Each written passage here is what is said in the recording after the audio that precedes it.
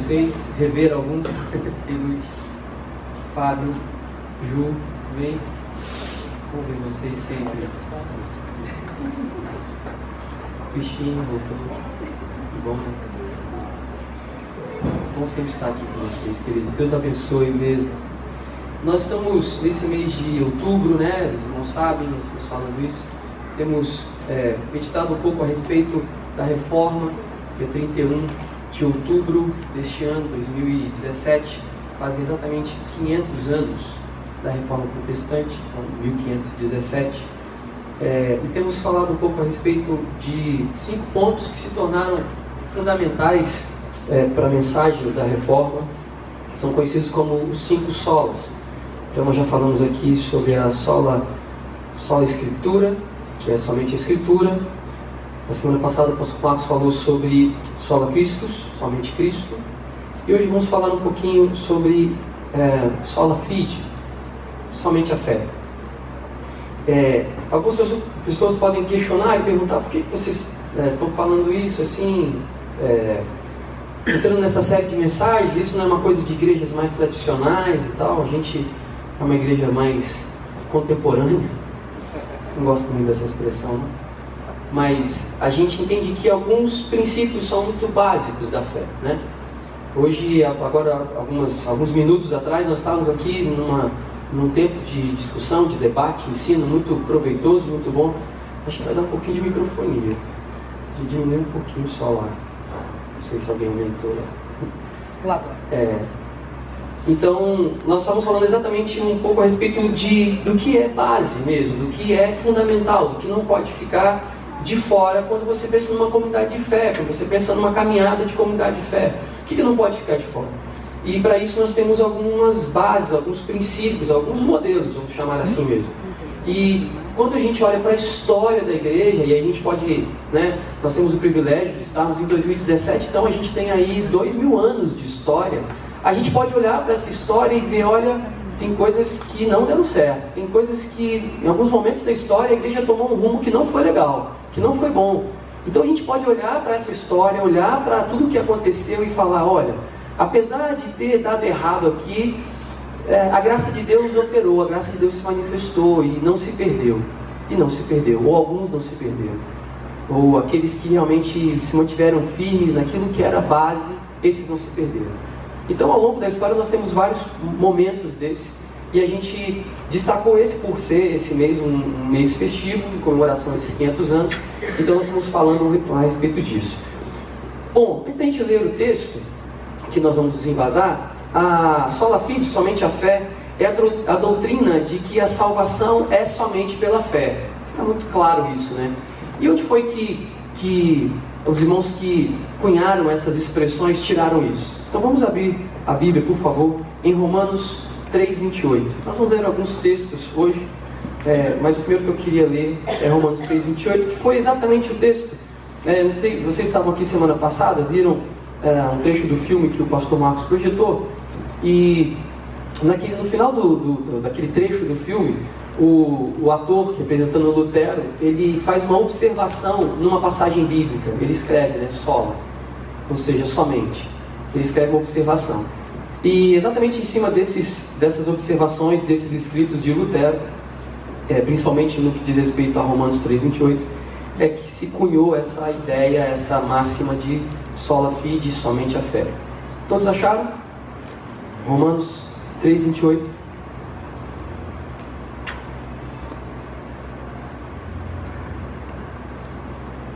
Alguém pode ler em voz alta aí, no auditório? Concluímos, pois, que o homem é justificado pela fé, independentemente das obras da lei. Não, só esse mesmo, obrigado. Esse termo, somente pela fé, isso é coisa de Lutero. Quando ele estava fazendo a tradução da Bíblia para o alemão, ele não encontrou uma expressão que pudesse determinar que era somente pela fé, que não poderia ter um outro objeto para que o homem alcançasse a salvação. Então ele acrescentou por conta própria, para que desse ênfase isso. É só pela fé e não pelas obras. Paulo já havia escrito isso. Paulo escreveu exatamente isso. Mas naquele tempo, no tempo em que Paulo escreve isso, o próprio texto ali no grego faz todo sentido, que se é pela fé, automaticamente não tem um outro caminho, não tem uma outra forma. Mas Lutero quis dar ênfase a isso, quis deixar bem claro que não era por nenhuma outra coisa. Não eram pelas indulgências, não era por boas obras, não era por meritocracia, não era por nenhuma outra coisa a não ser pela fé. E todos os reformadores, a partir de Lutero, usaram essa mesma expressão. Se levantaram vigorosamente contra a doutrina da salvação pelas obras, ou pelos méritos, ou da colaboração com Deus na salvação, como se o homem pudesse, de alguma forma, ajudar a Deus na sua própria salvação. É como se fosse assim: bom, a salvação é minha, então eu a consigo do jeito que eu quiser. Não, não é assim. Ou eu posso ter meios criados por mim mesmo, ou criados por algum homem, em que eu possa alcançar a salvação. Tipo, se você fizer isso, fizer uma lista de coisas assim, assim, assim, você vai alcançar a salvação. E havia nesse tempo aqui, principalmente, uma forte doutrina em que as pessoas poderiam de alguma forma tornar-se merecedoras da salvação. E isso, biblicamente falando, se pensarmos em todos os ensinos de Jesus, se pensarmos em tudo que os apóstolos escreveram, ensinaram ou chancelaram que está na Bíblia, nós podemos perceber que não há possibilidade de mérito humano. Não há como você chegar diante de ninguém no final da sua vida e dizer: olha, eu fiz por merecer. Eu fiz por merecer a salvação. Não há como. Porque se nós pensarmos, se cogitarmos nessa possibilidade, toda a obra da cruz cai por terra. Porque se há alguma coisa em nós que pode nos levar à salvação sem o advento da cruz, da morte de Jesus, do sacrifício de Jesus, então não valeu aquele sacrifício. Então não tem como negociar nesse sentido. É somente pela fé mesmo. É claro que eu queria que você, ainda que está com a sua Bíblia aberta, abrisse em mais dois textos: Tiago 1, 27 e João 3, 17. Tiago 1, 27 e primeira carta de João, 1 João 3, 17.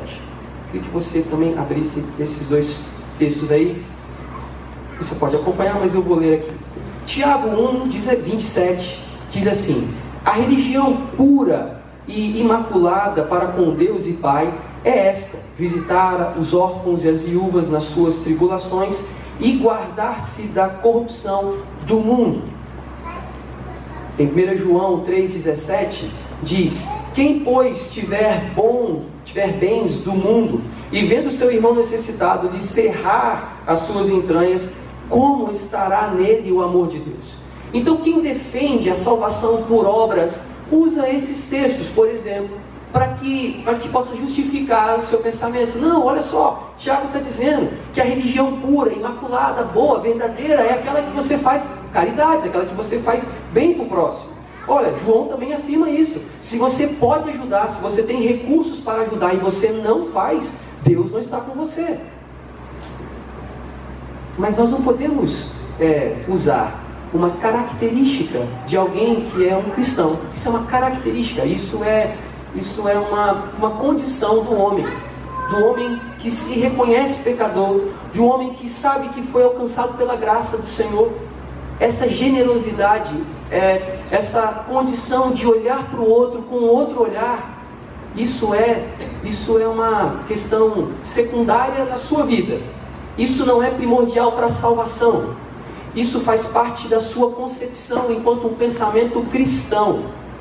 Porque o próprio Jesus disse: você pode resumir toda a lei e os profetas em duas coisas: amar a Deus acima de todas as coisas e ao próximo como a você mesmo. Mas Jesus em momento nenhum estava falando isso em relação à salvação. Jesus estava falando isso sobre um comportamento, uma forma de viver, uma forma de ser. Nós cantamos agora há pouco uma canção que a gente gosta muito de cantar aqui, que vem do céu. E se você reparou na letra, ela fala uma nova vida, uma nova chance, uma nova maneira de pensar, um novo dom. O que isso quer dizer? Quer dizer que ao nascer de novo você se transforma em uma outra pessoa. Sim, essa pessoa vive, pratica o que Tiago está dizendo aqui. Mas essa pessoa que nasce de novo, Essa pessoa que se reconhece totalmente pecador, incapaz de alcançar a salvação, que entende que é só por Jesus, essa pessoa então nasce de novo, e aí a sua mente abre, os seus olhos se abrem, e ele começa a enxergar as pessoas ao seu redor, o mundo ao seu redor, com outro olhar. É uma lente diferente, é uma cosmovisão, é ver as coisas de forma diferente, porque agora você tem uma nova mente, você tem uma nova maneira de pensar, você tem uma nova maneira de enxergar as coisas. Então, nós não podemos inverter a ordem, nós não podemos achar que fazendo isso eu alcanço a salvação, porque já falamos aqui, o Evangelho não torna ninguém melhor. A proposta do Evangelho não é essa. Agora o Adriano se converteu, antes ele... A Maíra está aí hoje? Não, né? Antes ele batia na Maíra, jamais isso vai acontecer. Agora ele se converteu, ele não bate mais, ele é um cara bonzinho, olha só, não precisa nem acionar a Lei Maria da Penha para ele, porque agora ele é convertido, não bate mais. O Rodrigo vivia xingando, falando um monte de palavrão, e era muito grosso, era muito estúpido no trânsito, fechava todo mundo. Não, agora o Rodrigo é um gentleman no trânsito, anda direitinho, respeita as leis, não ofende ninguém, olha que homem bondoso, ele agora é um crente. Não. A proposta do Evangelho é você ser uma outra pessoa. É claro que essas coisas vão acontecer na sua vida, mas não porque você melhorou, porque você nasceu de novo, porque você é uma nova criatura, você nasce com uma outra mente. Você nasce com aquilo que você pensava anteriormente e morre, de fato morre. E é por isso que um dos sacramentos fundamentais da igreja é o batismo. O que simboliza o batismo? Você morreu. Você morreu, está sepultado um velho homem, mesmo que simbolicamente, entendemos isso. Os sacramentos são isso, são símbolos. Então entendemos que no batismo você sepultou, você enterrou. Está morto o velho homem. E que homem é esse que ressurge? Ressurge um novo homem, nascido de novo, com um fôlego de vida diferente. A forma de pensar, de raciocinar, de respirar é diferente, de enxergar as coisas é diferente. Mas como é que a gente alcança isso? Pela graça, mediante a fé.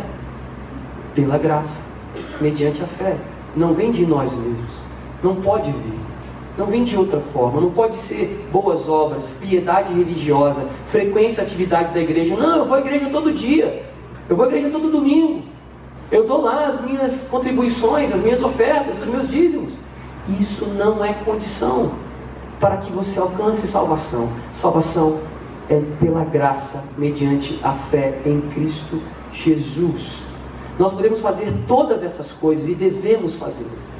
Nós, como cristãos, temos que ser os primeiros na piedade, os primeiros a ter um coração generoso com qualquer pessoa.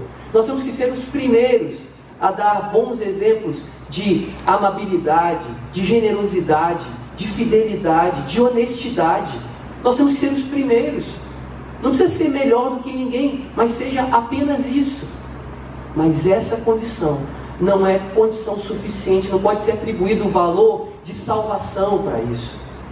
Isso não pode, nós temos que separar as coisas, e é isso que o princípio de somente a fé trabalha. Mas se é pela graça, mediante a fé, Romanos 6,23 diz assim: porque o salário do pecado é a morte, mas o dom gratuito de Deus é a vida eterna por Cristo Jesus, nosso Senhor. Isso então cai por terra toda a questão de meritocracia, de conseguir a salvação por méritos próprios, ou por boas obras, ou por boas intenções, ou por qualquer outra coisa. Mas se não somos salvos pelas obras, se não somos salvos por nenhuma dessas práticas ou caridade, então de que maneira alcançamos a salvação? Pela fé. E aí pode parecer muito óbvio, pode parecer muito simples, mas há um ensino, há um princípio muito forte quando nós pensamos sobre fé. Porque o que é fé? Quando eu falo de somente a Escritura, eu tenho a palavra, eu tenho a Bíblia, que me respalda, que me traz subsídios. Quando eu falo somente Cristo, eu tenho no mínimo, o Cristo histórico como uma representação, eu tenho como mensurar, imaginar. Mas quando eu falo somente a fé, como que eu vou mensurar, como que eu vou alcançar uma coisa que é um pouco subjetiva? Como que fazemos isso? Essa experiência, ela é totalmente, exclusivamente, somente individual. A fé, ela é um experimento individual. Não existe um experimento coletivo da fé. Porque a fé, ela é exercida, praticada e alcançada na sua individualidade. Eu vou dar um exemplo meu, da minha casa. Eu convivo com muitas pessoas e muitas delas não são cristãs. E muitas delas tentam entender por que eu sou cristão.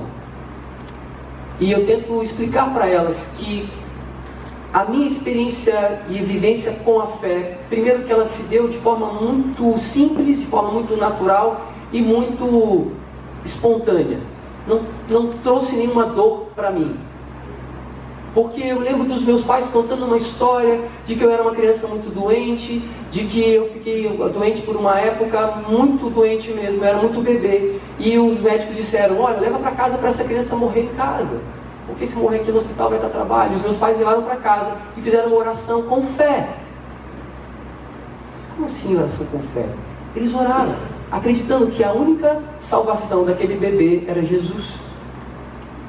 E aquele bebê cresceu e está aqui. E eu cresci ouvindo essa história. Então, o elemento da fé para mim foi uma experiência que entrou na minha família, na minha casa, muito cedo. E eu cresci convivendo com isso. Talvez, se na minha casa eles nunca tivessem experimentado isso, a minha experiência seria diferente. É possível. Por isso eu acredito que cada um de nós precisa vivenciar, experimentar a fé. Acreditar em algo que transcende a nossa própria razão, muitas vezes. Transcende aquilo que nós podemos pegar, que nós podemos enxergar. E isso não é tão simples assim. Mas tem alguns outros textos que eu quero trazer para os irmãos. Romanos 1, 16, 17 diz, porque não me envergonho do Evangelho de Cristo, pois é o poder de Deus para a salvação de todo aquele que crê. Primeiro judeu, também grego. Porque nele se descobre a justiça de Deus de fé em fé, como está escrito, o justo viverá pela fé. Então, observe que a fé, por mais subjetivo que você possa tentar imaginar que ela seja, ela é algo que está presente no nosso dia a dia. Se você consegue trabalhar alguns princípios cristãos na sua vida, e um desses princípios é o de ser justo, então você acha assim, poxa, eu tento ser justo, eu tento fazer justiça, eu tento, das minhas decisões, ser justo com todas as pessoas, tento ser justo comigo mesmo, e com tudo que me envolve no meu dia a dia. A palavra de Deus diz que o justo vive pela fé. E pensa comigo se não é assim mesmo. Se nós não fazemos esse exercício diariamente, porque a gente vive pela fé. Você sai pela manhã para trabalhar, qual a garantia e certeza que você tem que você vai voltar para sua casa? Nenhuma. Alguém pode garantir isso para você? O Estado pode garantir isso para você? A sua própria proteção privada pode garantir isso para você? Não. Então isso também é fé. Então, ao mesmo tempo que a gente acha que a fé é algo que está muito distante, está muito longe, a fé é um elemento que está muito próximo de você, está muito perto de você. Quando você vai investir em alguma coisa, quando você vai fazer um negócio, você está acreditando que aquilo vai dar certo. Quando você vai fazer uma prova no vestibular, quando você vai prestar um concurso, você não faz assim, se der, deu. Acordar às 6 horas da manhã e fazer uma prova de 4 horas de duração, se der, deu. Não, você vai acreditando. O agricultor, quando ele prepara a terra, cava os buraquinhos onde vai colocar a semente, coloca a semente, ele não está acreditando que vai ter lavoura, que vai ter colheita? Ele está acreditando, mas depende dele? Não. É pela fé. É acreditar. Isso é fé. A fé não está no que vai acontecer. Isso é complicado de entendermos. A fé não está no que vai acontecer ou deixar de acontecer. A fé está em quem nós cremos.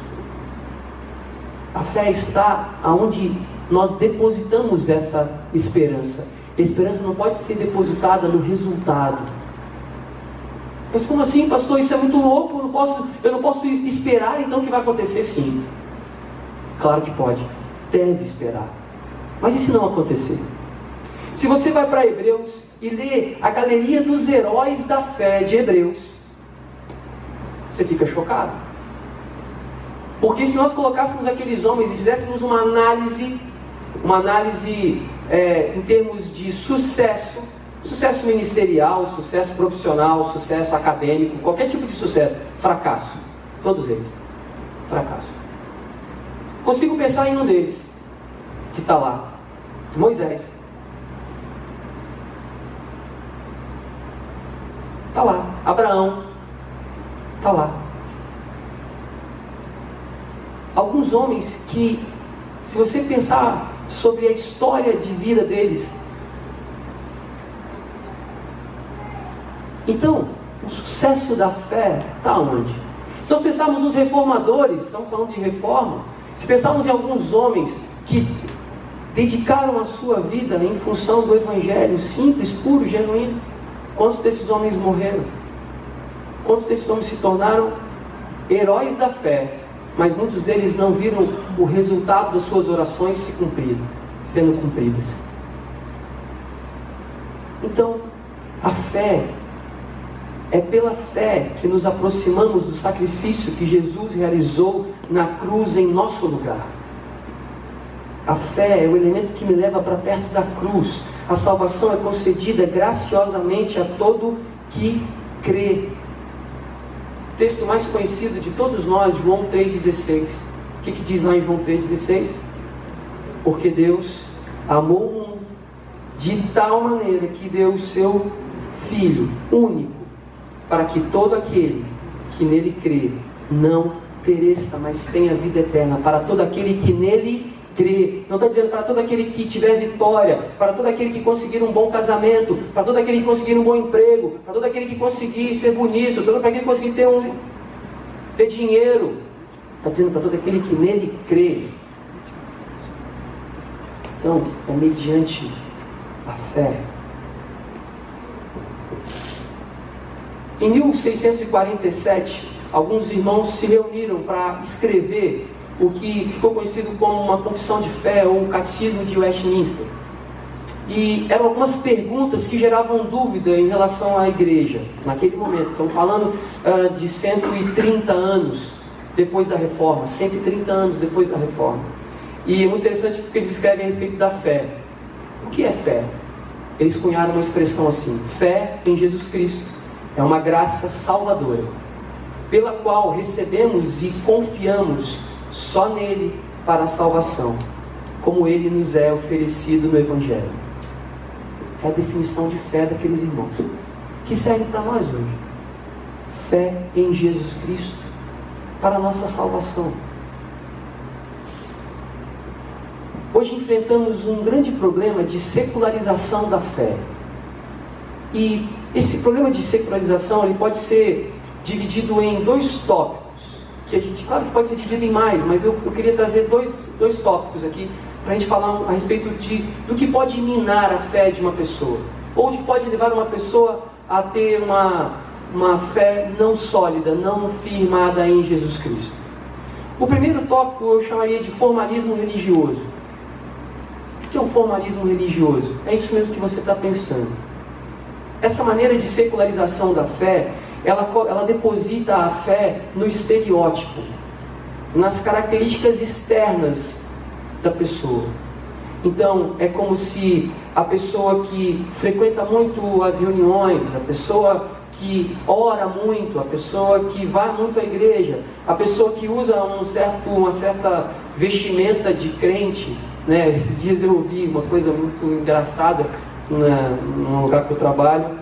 A professora, brincando com a outra, disse: você está com uma saia igual de crente. Aí eu falei assim: como é que é saia de crente, né? Aí conversei com um colega do lado que é crente: não, é aquela saia assim, mais comprida e tal, assim. Tá. Aí eu disse: não, mas é porque tem mesmo, tem uma grife para as pessoas, grife de gente religiosa. esse grife de gente religiosa, como assim? Eu sou um desinformado mesmo, né? Mas como é que é assim? Não, mas aí foi falando de roupas de mulheres, roupas mais comportadas e tal. Eu falei assim, mas e para homem, não tem não? Assim, mas deve ter. Eu falei, fiquei curioso. Aí ele falou assim, não, antigamente tinha. Você sabia que o cara era crente, ele estava usando uma calça social e de chinelo. Calça social e chinelo era coisa de crente. Você podia ir, aquele cara é crente, tá de calça social, mó calor, 40 graus.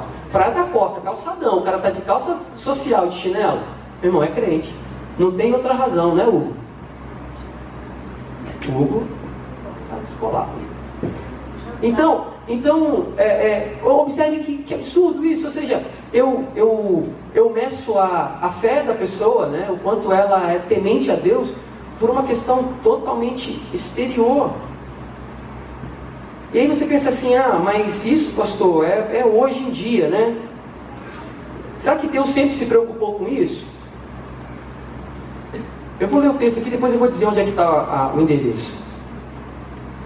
Olha um profeta falando para o povo o que Deus disse para ele. De que me serve a mim a multidão de vossos sacrifícios? Estou farto de holocaustos, de carneiro, de gordura, de animais.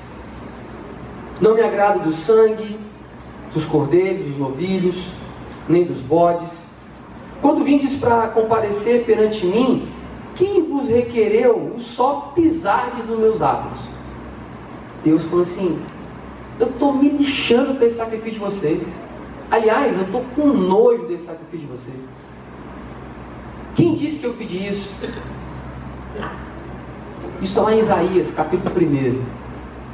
Deus dizendo para o profeta que ele não estava suportando aquela hipocrisia do povo, aquela forma de se vestir, aquela forma de dizer, eu sou mais santo, tá vendo? Eu vou lá confessar os meus pecados, estou levando um cordeiro bem bonitão, bem branquinho. Olha branquinho. Estou levando o meu cordeiro para ser sacrificado. Tudo por fora, tudo estereótipo, tudo formalismo. Por dentro não tinha arrependimento, por dentro não tinha a contrição, não tinha arrependimento. Nós em casa esses dias estávamos conversando a respeito disso.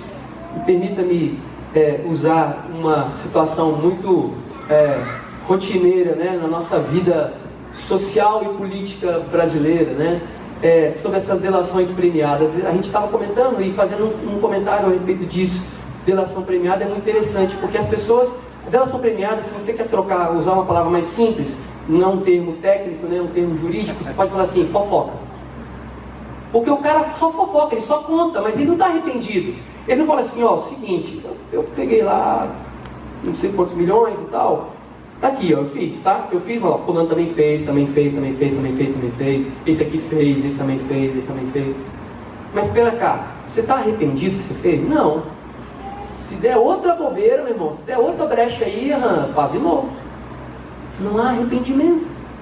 Então, o que adianta?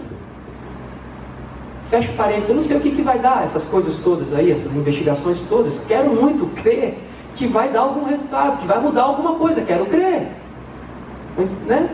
Mas se você pode ter certeza que não há arrependimento, não há. Você não vê nenhum daqueles réus chorando, dizendo, eu estou envergonhado diante da minha nação, pelo que eu fiz, eu estou envergonhado dos meus filhos, porque eles são crianças e eu dei um péssimo exemplo para eles, ou para os meus netos. Eu estou arrependido, porque o cargo que eu ocupava era um cargo de confiança pública, e eu desonrei a confiança que o povo depositou em mim. Você não vê uma viva alma dizer isso, então não tem arrependimento.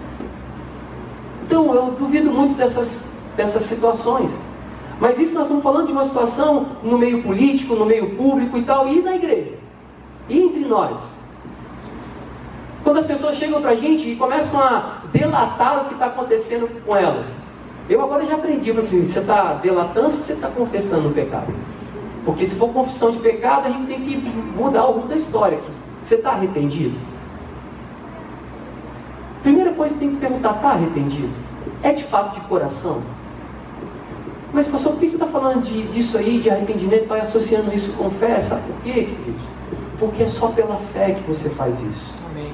Se você não acredita que a sua confissão, que a confissão do seu pecado, de fato, gera arrependimento e gera cura e gera, de fato, reconhecimento de que você é pecador, de que nós somos pecadores e carecemos e precisamos da graça de Deus. Isso é fé.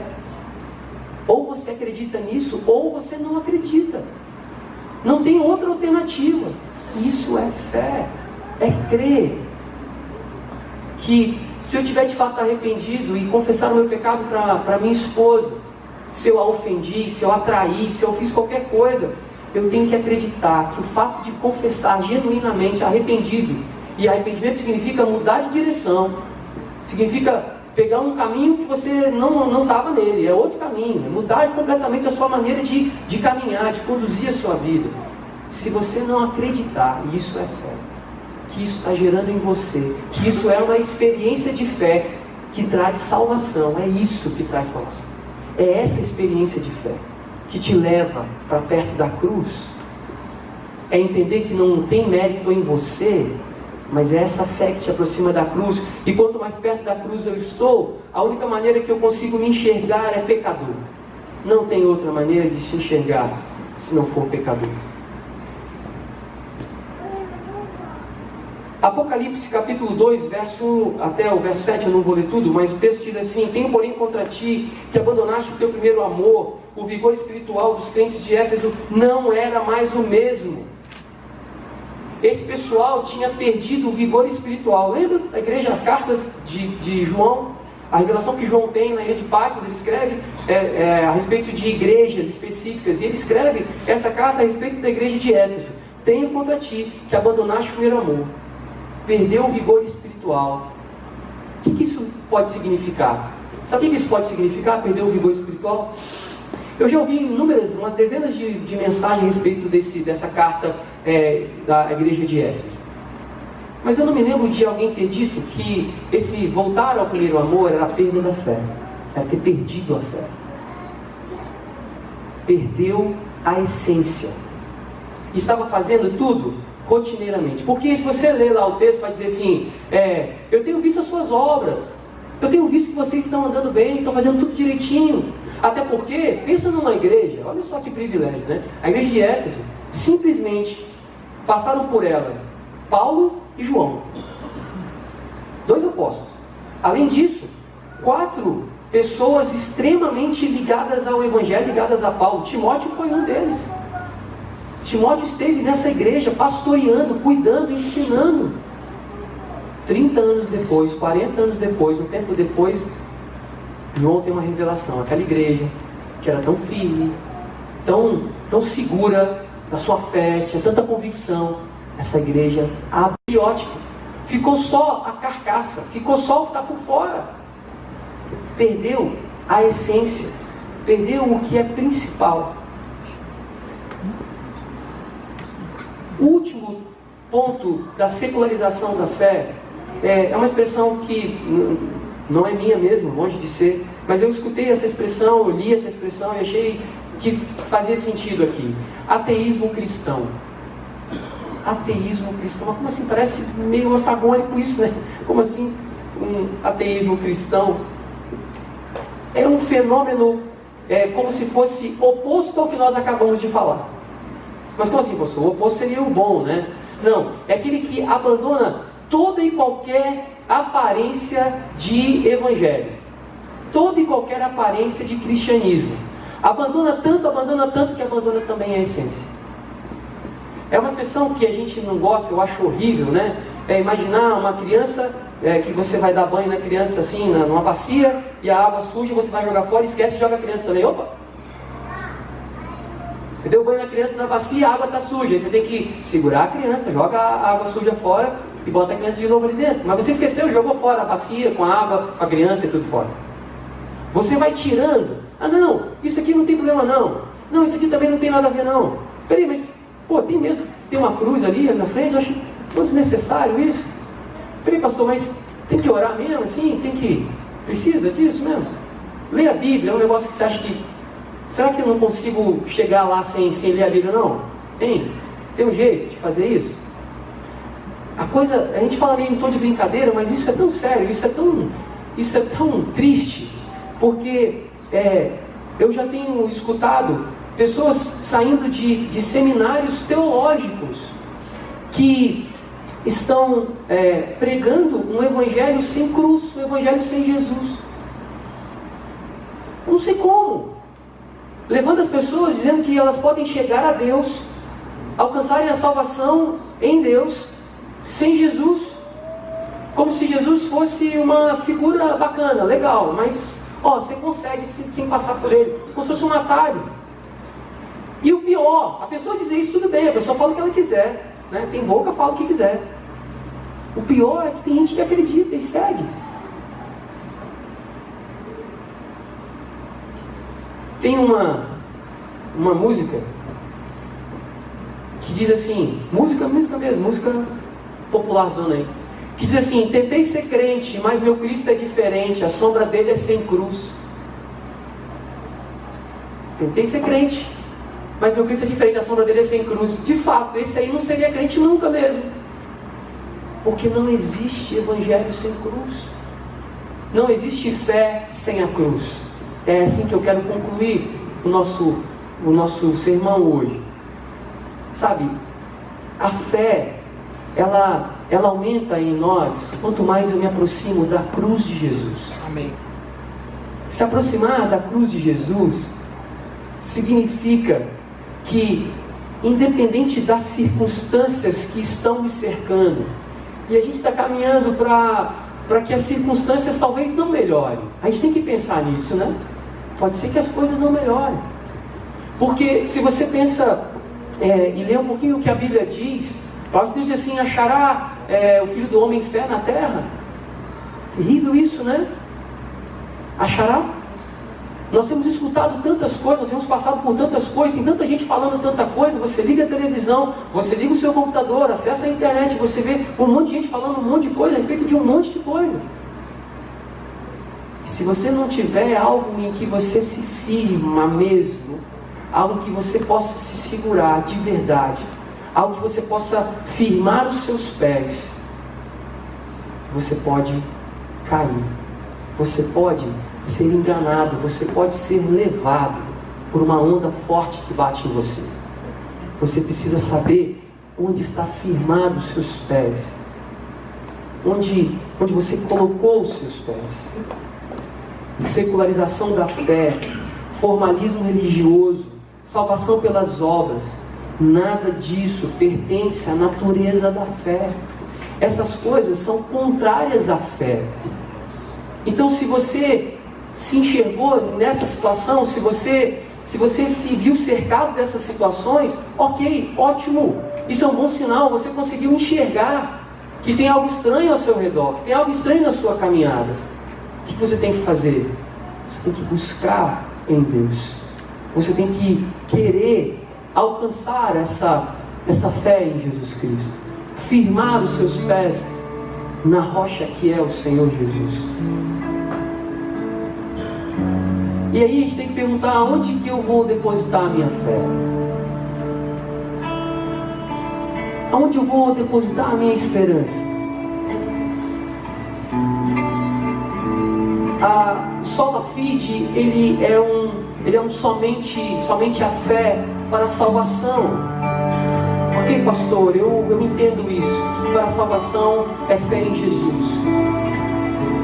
Mas e a fé para continuar caminhando, vivendo, prosseguindo, acordando todo dia e enfrentando todas essas coisas? Mesmo sentado, eu queria que você fechasse os seus olhos. E você vai fazer uma oração nessa noite aqui. Você vai pedir uma única coisa ao Senhor, do seu jeito, da sua forma. Você vai pedir mais fé. Todos aqui desse auditório, nós vamos orar pedindo mais fé.